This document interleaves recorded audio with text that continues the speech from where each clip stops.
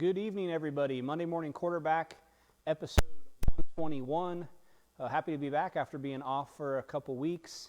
And special guest tonight, Robert Ballou. We're out here at his race shop.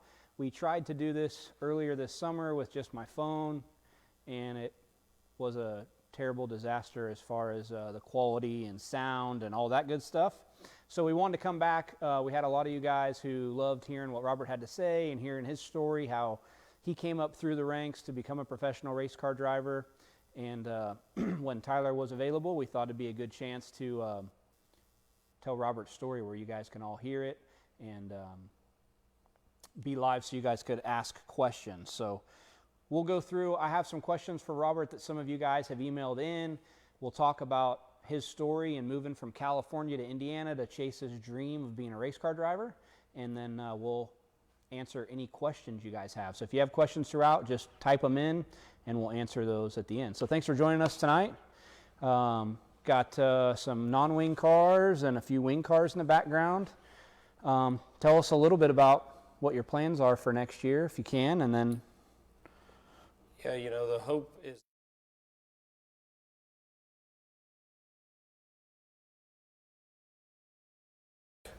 National Sprint Car Series season.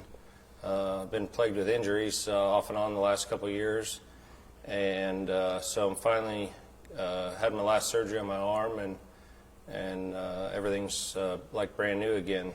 So that's the main goal, and then hopefully, you know, run, you know, maybe 15 or 20 wing shows, whether here in Indiana or over in Ohio, some with the All-Stars and stuff, if everything works out.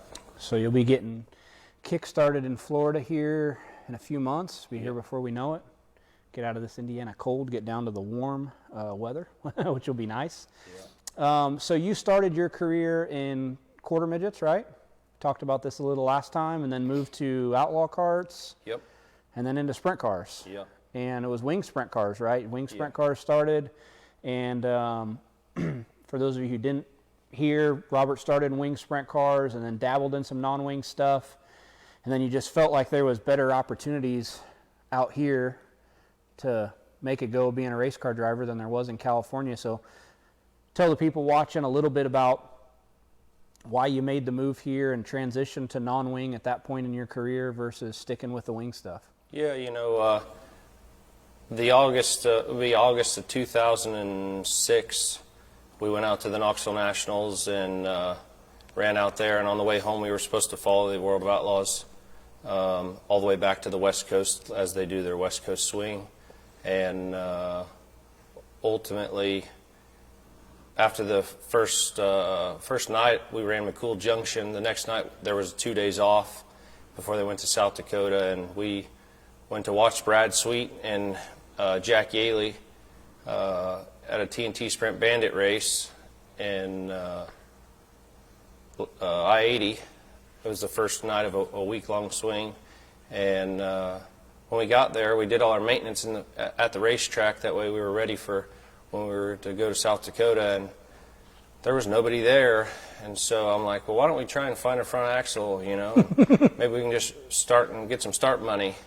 And my dad had made it pretty clear before we left. I had only ran about 3 or 4, 5 360 non-wing races, and the last time I had ran, I tried to send it through the billboards at Tulare qualifying, and so he had said no non-wing stuff, period. So everything was out of the trailer. We didn't have anything with us to do it. So we borrowed bought a used front axle from Dan Roberts and Daryl Tate, and I didn't realize they were starting late that night. And by the time it was go time, there was like 40 cars in the pit area, and all the hitters were there, and I didn't know any of them really. And you know, I'm just a naive guy that don't know anybody, and so we pushed off, and Heavy D was with me, and we were pretty, like I was out of my comfort zone. I'd never ran a 410 non-wing sprint car, and you know, one thing led to another. And at the end of the night, I slid Bud Kading with about 3 or 4 laps to go and won the race. And I had called my dad previous to the night starting and said, hey, you know, it was time for the drivers meeting. Hey, I just want you to know where we're at because you know, you said we weren't supposed to race, but I got a front axle, and And here we are. I just want you to know where we're at in case I kill myself tonight. And there was a guy that does the Dirt Track channel. He was doing like live audio. This was before video was a thing. And all night long he was calling me Robert Ballard. And so my dad, Alan Ballard, yeah, exactly. Yeah. So, it was one thing after they started to interview me, and he kind of figured out that it was me. And so ultimately, since I won, he said, well, I guess if you guys want to go run the rest of it, Duke McMillan was also. And so we made the swing, the TNT, we changed plans, and I think we tried to run, I was passing Bud for the lead at Lakeside, at Lucas Oil, and got plugged into the fence and junked that one, and we built another one, and we'd already junked one at Oskaloosa, so we had 3 cars with us, so we built the 3rd car, and I flipped it, and I think my bells were ringing, so we loaded up and came home. It was a pretty rough trip. Came back with nothing. That was the end of your trip. And so the economy started to fail out in California in '06, and kind of were unsure of what was going to happen, so I had met Jimmy Jones and Dallas Mulvaney, and after I won, that kind of got them perked up. They had just fired their driver and didn't have a driver, and so they had called and said, hey, do you want to come out and run a couple of races for us and see if we can gel or whatever? And their stuff wasn't really up to par compared to what I was used to and compared to the national guys out here. So, him and my dad, Dallas and my dad, talked and said, I can bring the equipment that we have left. The economy's starting to crash. I don't know what's going to happen. And Dallas offered to fund everything. So it was my dad's stuff and Dallas's funding. And that's ultimately how I got here. I wasn't sure we weren't sure where the path was going to lead with the economy. That was the best opportunity at the time. Yeah, and so you just, you just went with it. And so I moved out here, a couple of months before I was 18, and all by myself, and here we are. Been here ever since, yeah. And so now the way racing is, the path might be different, right? It seems like a lot of these non-wing guys are going wing racing because of different opportunities and maybe better pay and whatnot. But at that time, USAC was sending people to NASCAR, and non-wing racing was gaining popularity, and just the timing was right that you became kind of known as a non-wing guy, even though you started wing racing, right? Yeah, and I feel like for the short time that I did wing race, we were pretty successful out there. And there was a lot of Paul Hazens and Biddle and a lot of guys that owned cars in Indiana, and there wasn't that really anywhere else. And so, since then, when I came here, I would say there was probably 15 owners at least. Yeah. That had really good equipment. Sure. And I would say now there's none. Yeah. So, they're all dying off, and, people, the prices of these race cars keep going up, and engines keep going up, and everything keeps going up, but the pay doesn't.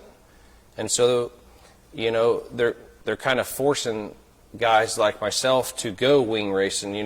The All-Stars and the Outlaws seem to be like they're in a war kind of, as far as who wants to have the better show. And right now probably the best bang for your buck is the All-Star deal with Tony, and you don't have to travel all across the United States, but yet the pay is really well. And obviously Tyler's moving over to the All-Stars, and I think you're going to see a shift if these Indiana racetracks or the USAC deal doesn't step up to the plate. I work a full-time job because I can't afford to not to keep my team going. So where if I were to take a leap of faith and try and get a wing, just go the wing route, I truly believe that I would make more money than working, and I wouldn't have to work. Sure. But it's one of them things to where you just never know. And I know in my whole heart that non-wing racing is the best racing in the world, as far as excitement. On-track product, absolutely. But at the end of the day, excitement doesn't really pay my bills. So ultimately, you have to kind of start gearing toward going wing racing, just because it can easily make your life a lot easier, less stressful, and it's. I don't really believe that it's any safer, even though that's the saying. No one can run a non-wing car forever. Dave Donovan's been pretty successful, and he's getting up there in age, and he still can win. And but as a whole, it's probably a little easier on your body, but you're going faster, and there's just as many accidents on both sides of the deal. Sure. And so, yeah, from the local racing standpoint, the wing stuff pays so much better. We were talking about that today at the shop. Like, I think Knoxville pays $5,000 to win their local program, where a local non-wing track is $1,200 to $1,500, right? Yeah. So even if you win, it's not really a super profitable night for you by the time you get there, and wear and tear on everything and whatnot. So, so you mentioned you're going to do the whole USAC thing again this year. At least that's your plan to get started with that. That's exciting for the fans. I know USAC's lost a couple people, so it's good to have Robert on the tour full time. And you do got 2 nice wing cars back there, and we got a new wing track, or a new track opening up here in Indiana that has announced they're going to do some wing racing, midweek shows, which hopefully will play out. Hopefully we can get Scott to let you off work early enough to go play with the wing car on Thursday nights. We have a few questions coming in. One guy wants to know if they're going to see you at Lenny's this year. Are you going to the Chili Bowl? No. No Chili Bowl. We're pretty busy with work, and we got a new snowplow business apparently, so we'll probably be shoveling snow over in Lafayette. So you won't see Robert at Lenny's this year. I've never been to Lenny's, actually. You've never been to Lenny's? I never have either. I pulled into the parking lot and